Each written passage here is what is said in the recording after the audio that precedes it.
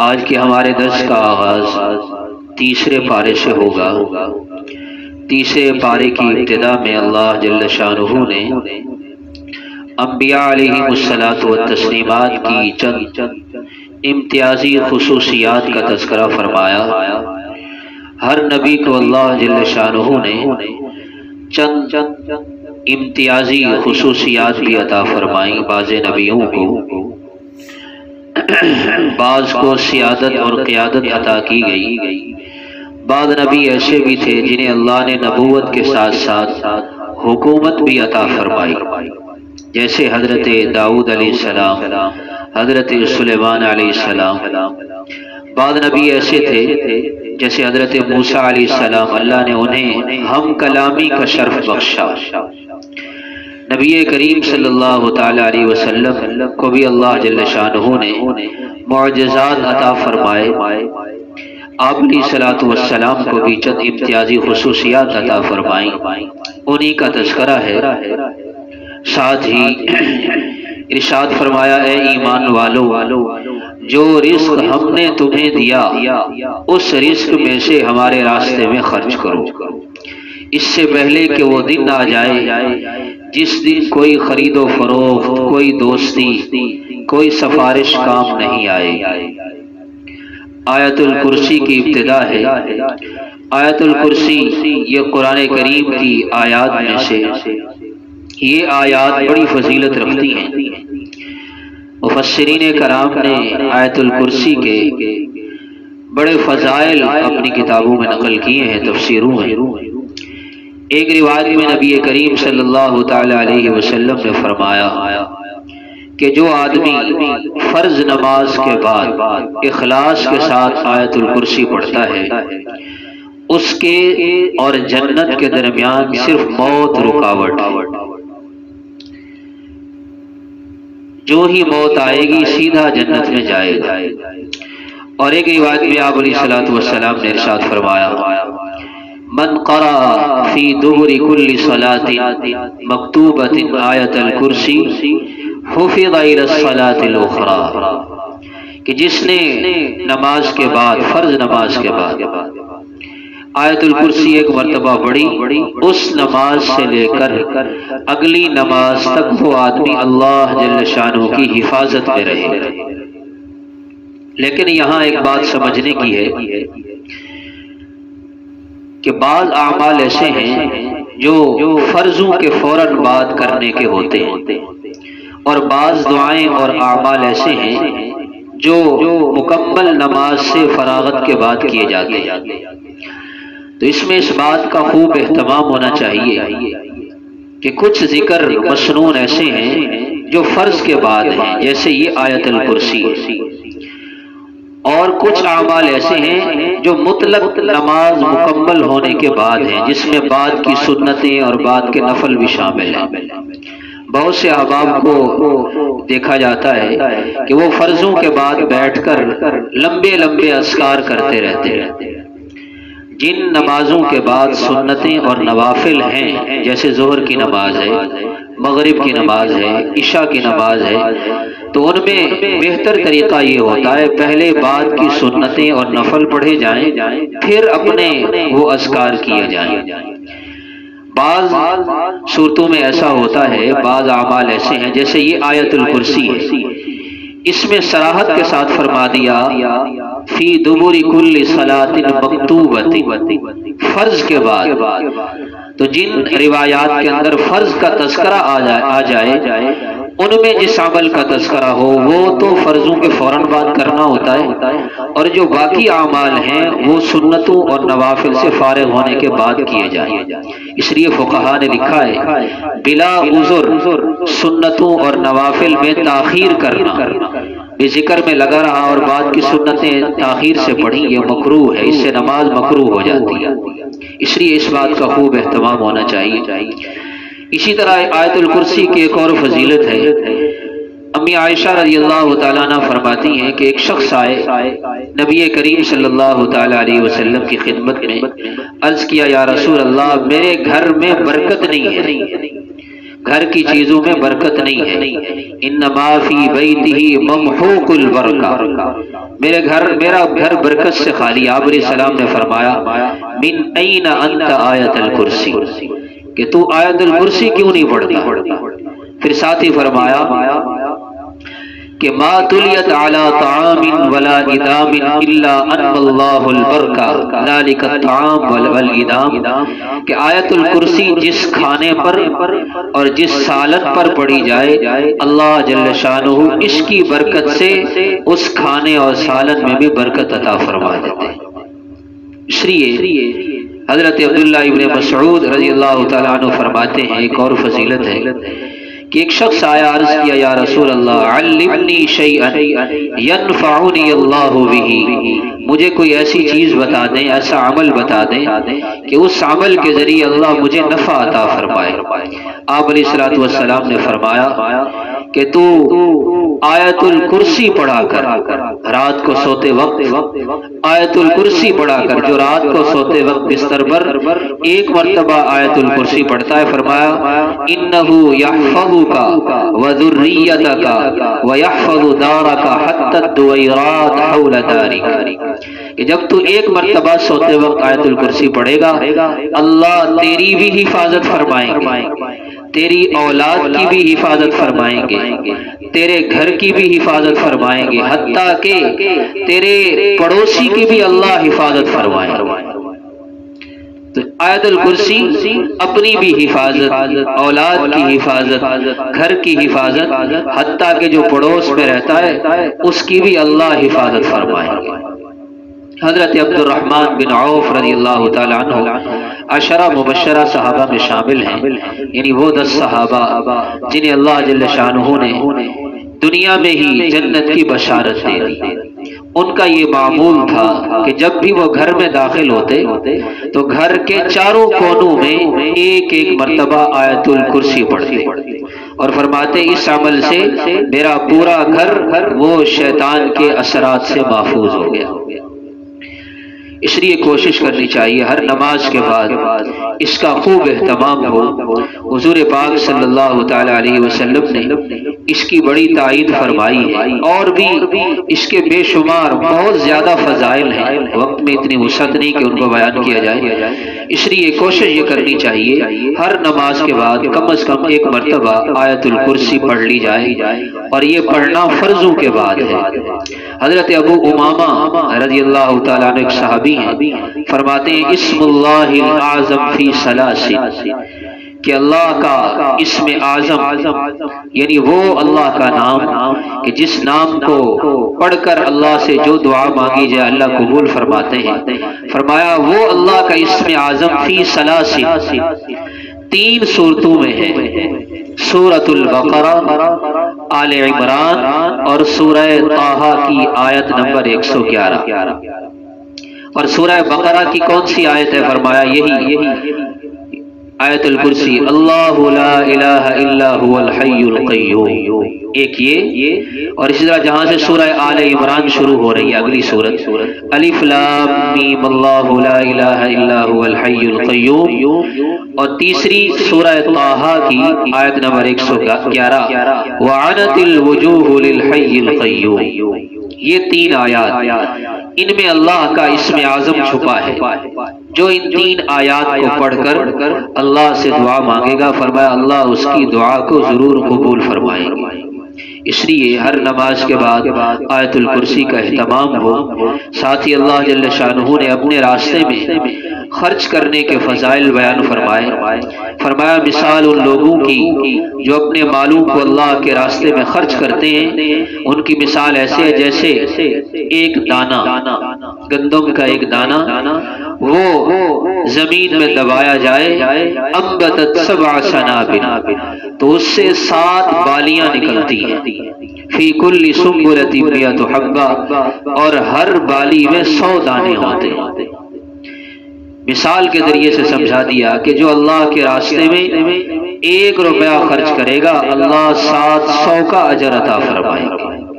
پھر اتنا ہی نہیں، واللہ یضاعف لمن یشاء، جس قدر اخلاص زیادہ ہوگا اللہ اتنا ہی ثواب کو بڑھاتے رہیں گے۔ اخلاص اللہ کی رضا کے لیے اللہ کے راستے میں مال خرچ کیا جائے۔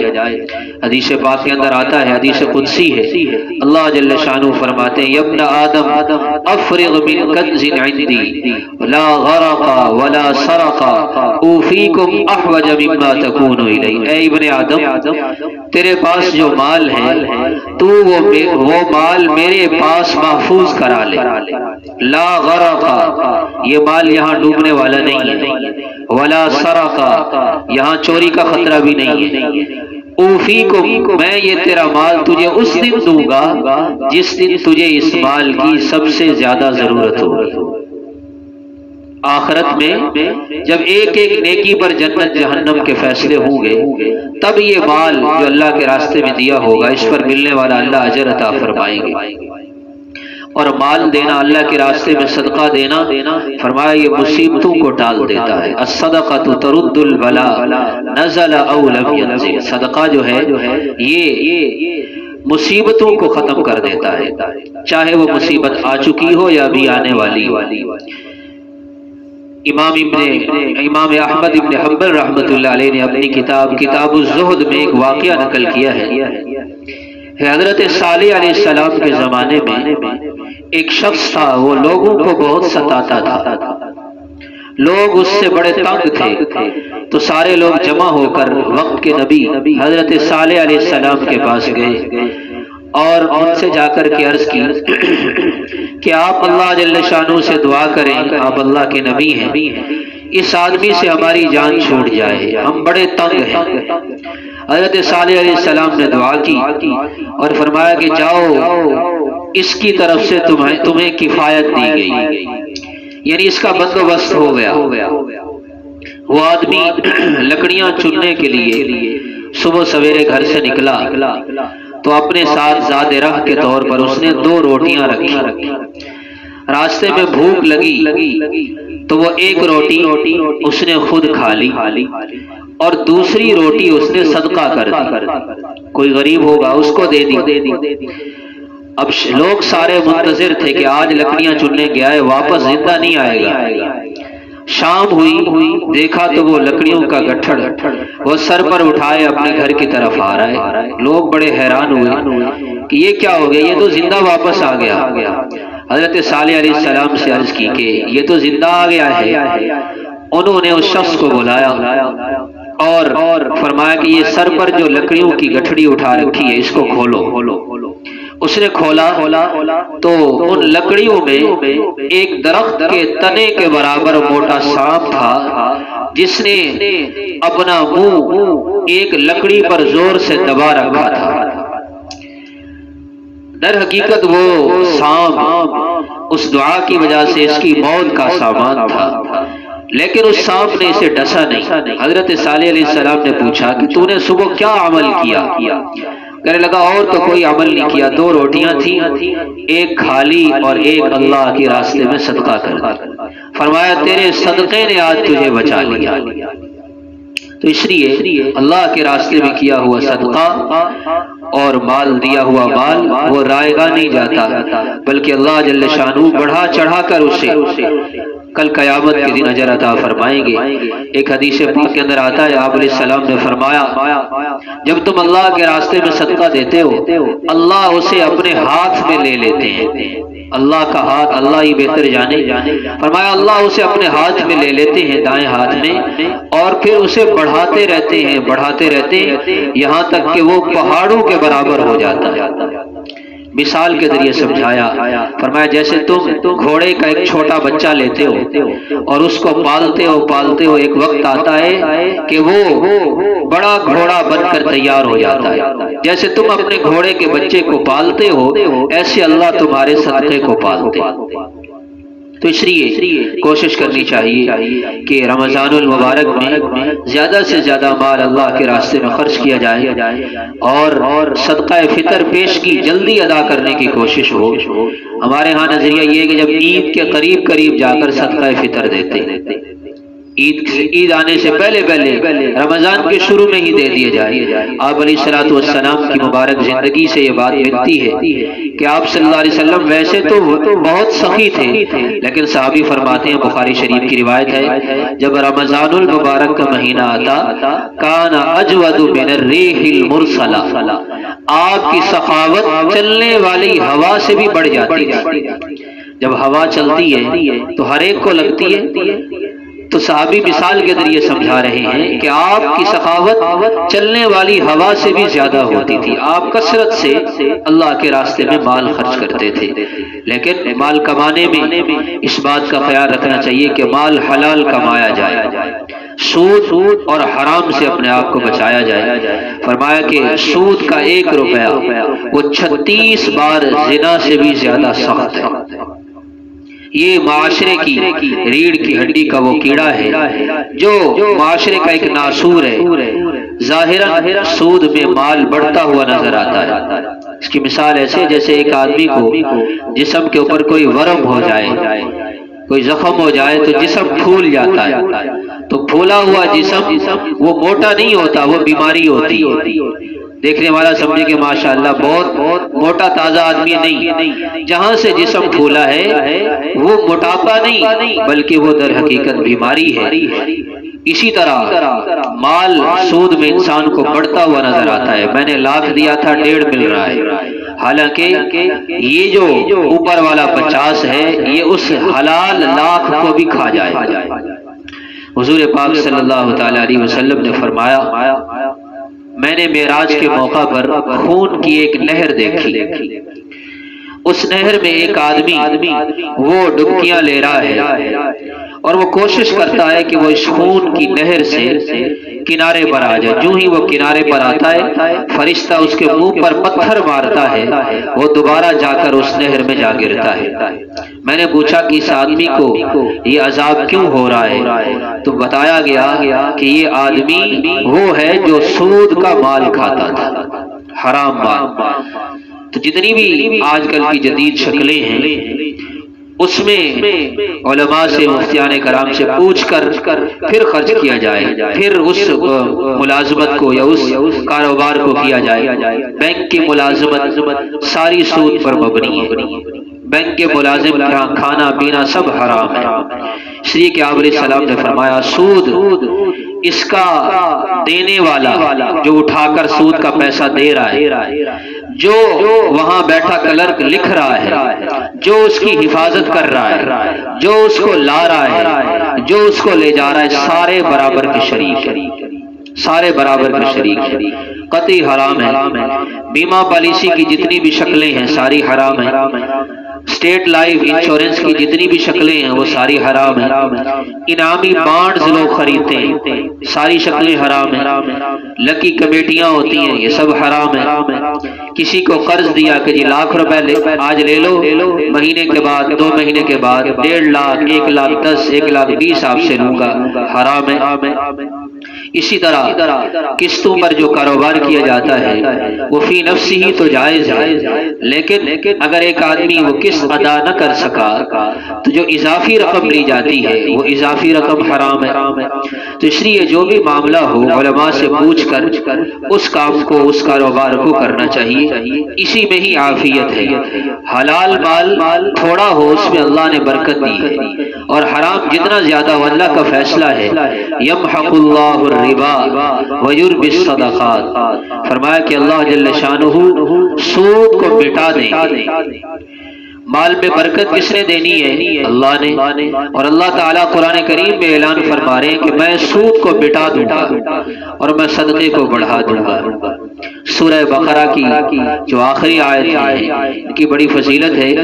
اللہ جل شانہ نے آسمان و زمین کے پیدا کرنے سے 2000 سال پہلے ان آیات کو لکھوایا، یہ آمن الرسول بما انزل الیہ سے لے کر آخر تک۔ اسی لیے حضرت عمر رضی اللہ تعالیٰ عنہ اور حضرت علی المرتضیٰ رضی اللہ تعالیٰ عنہ فرمایا کرتے تھے کہ کوئی بھی عقل مند آدمی ایسا نہیں ہے کہ جس کے سامنے یہ دو آیتیں ہوں اور وہ رات کو ان آیتوں کے پڑھے بغیر سو جائے. ایسا نہیں ہونا چاہیے. عقل مند آدمی کی عقل مندی اور دانائی کا تقاضا یہ ہے کہ وہ سونے سے پہلے ان سورہ بقرہ کی آیات کو پڑھ کر کے سوئے. سورہ آل عمران کی ابتدا ہے. اس سورت مبارکہ کی بڑی فضیلت ہے. فرمایا کہ جو آدمی جمعہ کے دن سورہ آل عمران پڑھتا ہے تو اللہ جل شانہ اور اس کے فرشتے صبح سے لے کر شام تک اس آدمی پر رحمت بھیجتے رہتے ہیں. اس سورت مبارکہ میں مختلف واقعات ہیں. غزوہ بدر کا تذکرہ ہے، غزوہ احد کا تذکرہ ہے اور ان سے متعلق قیمتی ہدایات ہیں. ساتھ ہی اللہ جل شانہ نے آیت شہادت کو ذکر فرمایا. شہد اللہ انہ لا الہ الا هو والملائکۃ واولو العلم قائما بالقسط لا الہ الا هو العزیز الحکیم. اس آیت کا شان نزول یہ ہے کہ آپ علیہ السلام کے زمانے میں دو یہودی عالم مدینہ منورہ آئے اور انہوں نے مدینہ منورہ کی بستی کو دیکھتے ہی پہچان لیا کہ یہ وہ بستی ہے جس کا تذکرہ تورات میں موجود ہے اور اسی بستی میں نبی آخر الزمان صلی اللہ تعالی علیہ وسلم تشریف لائیں گے. جب بستی میں داخل ہوئے لوگوں نے بتایا یہاں پر ایک شخص ہیں جو نبوت کا دعویٰ کرتے ہیں. چنانچہ وہ نبی کریم صلی اللہ علیہ وسلم کی خدمت میں حاضر ہوئے. باقی نشانیاں تو پہچان چکے تھے، کچھ نشانیاں ایسی تھیں جن کے متعلق سوال کیا. پہلا سوال کیا کیا آپ کا نام محمد ہے؟ آپ نے فرمایا جی ہاں. دوسرا سوال کیا آپ احمد ہیں؟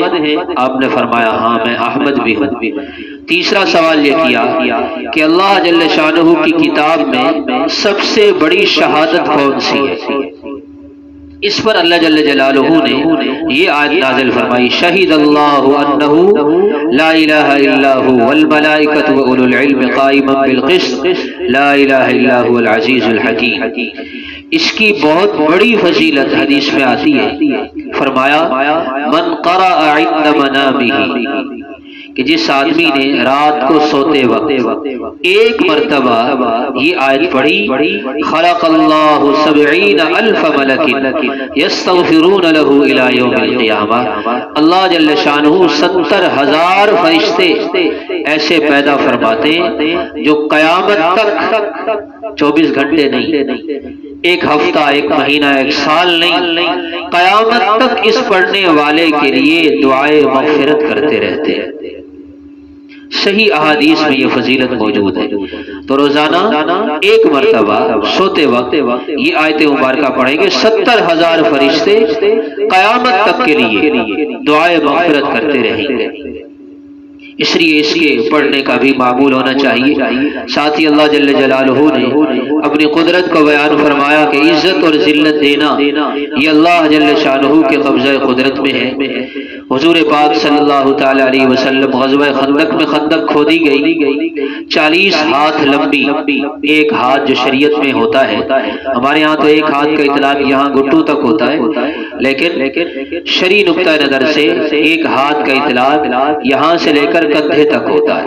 تو 40 ہاتھ لمبی خندق کھودی گئی اور آپ نے صحابہ کرام کی 10 کی جماعت بنائی اور ان 10 کو ایک حصہ دیا کہ آپ 10 نے مل کر یہاں سے لے کر یہاں تک خندق کھودنی. حضرت سلمان فارسی رضی اللہ تعالی عنہ کے مشورے سے یہ خندق کھودی گئی اور اللہ کی شان جس جماعت میں حضرت سلمان فارسی شامل تھے خندق کھودنے میں، کھودتے ہوئے درمیان میں ایک چٹان آئی. سب نے زور لگا لیا لیکن کسی سے وہ چٹان نہ ٹوٹی. آپ علیہ السلام سے عرض کیا گیا آپ تشریف لائے اور آپ نے وہ کدال لی اور آپ نے 3 ضربیں لگائی. تیسری ضرب پر وہ چٹان ٹوٹ کر ریزہ ہو گئی. اور اس موقع پر بڑی عجیب باتیں دیکھنے میں آئیں. آپ نے پہلی کدال ماری تو اس سے ایک روشنی نکلی. آپ نے فرمایا میں نے اس روشنی میں ملک فارس کے محل دیکھے. دوسری مرتبہ آپ نے کدال ماری، پھر روشنی نکلی، آپ نے فرمایا میں نے اس میں رومیوں کے سرخ محلات کو دیکھا ہے۔ تیسری مرتبہ جو آخری آپ نے کدال مارے، آپ نے فرمایا میں نے اس روشنی میں صنعائے یمن کے عظیم محلات کو دیکھا ہے۔ انشاءاللہ ایک وقت ایسا آئے گا میری امت ان پر غالب آ جائے گی۔ تو صحابہ بھوک کی حالت میں تھے، پیٹ پر پتھر بندھے ہوئے تھے۔ منافقین نے جب یہ باتیں سنی تو وہ مسلمانوں کا مذاق اڑانے لگے کہ کھانے کو تو کچھ ہے نہیں، پیٹ پر پتھر بندھے ہیں اور یہ یمن، روم اور فارس کے محلات کو دیکھنے کی باتیں کر رہے ہیں۔ صحابہ کرام اس وقت جب خندق کھود رہے تھے، بھوک تھی، لیکن اپنے آپ کو تسلی دینے کے لیے صحابہ کیا فرمایا؟ اللہم لا عیش الا عیش الاخرہ۔ صحابہ کوئی عام لوگ نہیں تھے۔ اللہم لا عیش الا عیش، اے اللہ اصل عیش اور اصل مزہ تو آخرت کا مزہ ہے، دنیا میں اگر بھوک اور پیاس برداشت کر رہے ہیں تو کچھ نہیں ہوا۔ اور صحابہ خندق بھی کھود رہے ہیں اور ساتھ ساتھ اشعار بھی پڑھ رہے ہیں۔ شعر پڑھ رہا ہے ایک صحابی، شعر پڑھ رہے ہیں نحن الذین بایعوا محمدا علی الجہاد ما بقینا ابدا۔ ہم وہ لوگ نہیں ہیں موسیٰ علیہ السلام کی امت کی طرح کہ جنہوں نے کہا تھا فَاذْهَبْ أَنْتَ وَرَبُّكَ فَقَاتِلَا إِنَّا هَاهُنَا قَاعِدُونَ۔ اے موسیٰ آپ جائیں، آپ اور آپ کا رب ان فرعونیوں سے لڑیں، ہم تو یہی بیٹھے ہیں، ہم نہیں جائیں گے آپ کے ساتھ۔ فرمایا ہم وہ لوگ نہیں، نحن الذین بایعوا محمدا، ہم وہ لوگ ہیں جنہوں نے نبی کریم صلی اللہ علیہ وسلم کے ہاتھ پر بیعت کر لی کہ ہم جب تک زندہ رہیں گے آپ کا ساتھ نہیں چھوڑیں گے۔ آپ نے جب یہ شعر سنے تو اس شعر کو آپ ویسے شعر گوئی نہیں فرماتے تھے، شعر نہیں کہتے تھے، لیکن آپ نے اس موقع پر فرمایا اللہم اغفر للانصار والمہاجرہ، کہ اللہ میرے ان مہاجرین اور انصار صحابہ کی بخشش فرما۔ تو اللہ تعالیٰ نے صحابہ کرام کو یہ عظمتیں عطا فرمائی کہ اللہ کے نبی نے ان کو دعا دی۔ حضرت سعد بن ابی وقاص رضی اللہ تعالیٰ عنہ غزوہ احد میں تیر مار رہے، تیر اندازی کر رہے تھے۔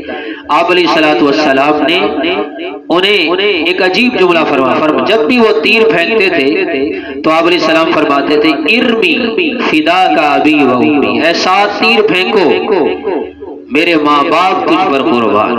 اللہ اکبر۔